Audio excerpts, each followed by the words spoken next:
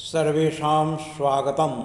अहम् अद्य वर्गस्य कार्यक्रमस्य एकं सुविचारेण सह प्रारंभं करोमि। समय इंसान को सफल नहीं बनाता, समय का सही इस्तेमाल इंसान को सफल बनाता है। सर्वेषां स्वागतम, नमो नमः। आज हम लोग संस्कृत व्याकरण के अंतर्गत आत्मनेपद धातु के विषय में अध्ययन करेंगे। देखिए, धातु का जो रूप होता है वो तीन प्रकार से चलता है। पहले आत्मनेपद, प्रश्मयी पद और उभय पद। कुछ धातुओं का रूप दोनों में चलता है, इसलिए कुछ धातुओं को उभय पद भी कहा गया है।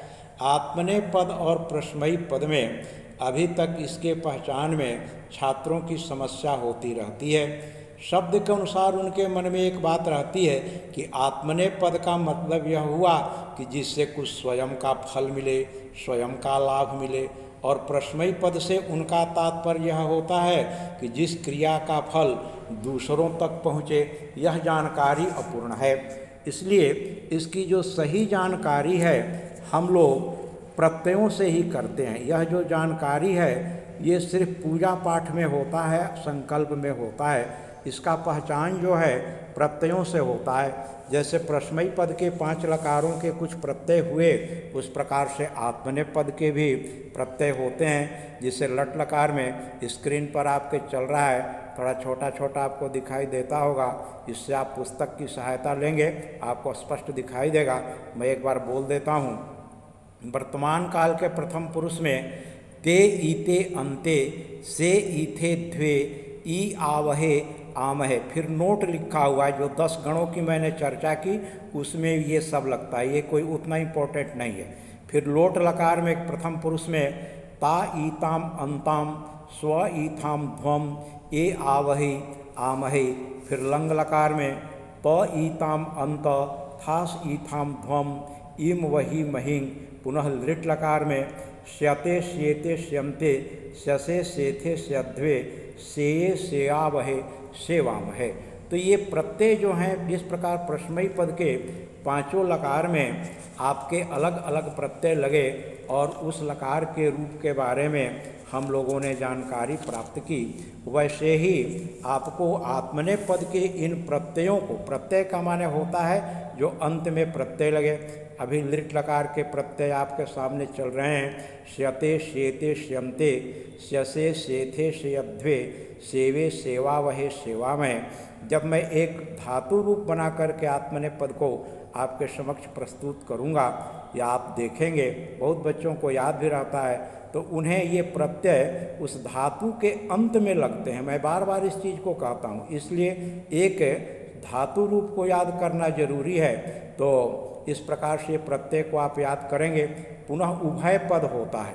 उसके पहले आप लोग विधि लिंग के प्रत्यय को देखें। विधि लिंग के जो प्रत्यय होते हैं वो आपके स्क्रीन पर है, थोड़ा सा स्पष्ट नहीं दिखाई दे रहा है, आप लोग इसमें पुस्तक की सहायता लेंगे।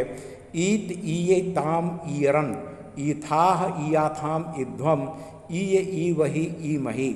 उसके बाद में कुछ उभय पद जो कि दोनों में चलते हैं, वो कुछ काउंटेड होते हैं, लिमिट होते हैं। जैसे ध्री का धरती धरते माने धारण करता है।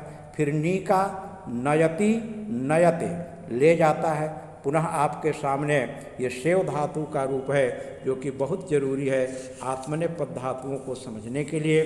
तो आप लोग को याद भी होगा, जिनको नहीं याद है वे लोग याद भी करने का प्रयास करेंगे।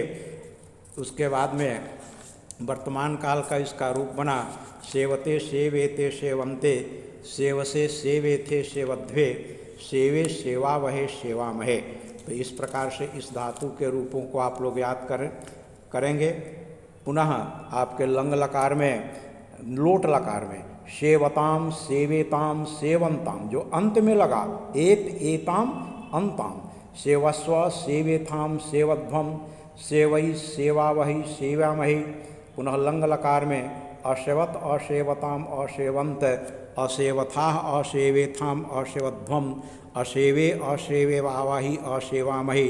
पुनः विधिलिंग में सेवेत सेवेयाताम, सेवेरन सेवेथाह सेवेथाम सेवेध्वम, सेवेय सेवावही सेवामही।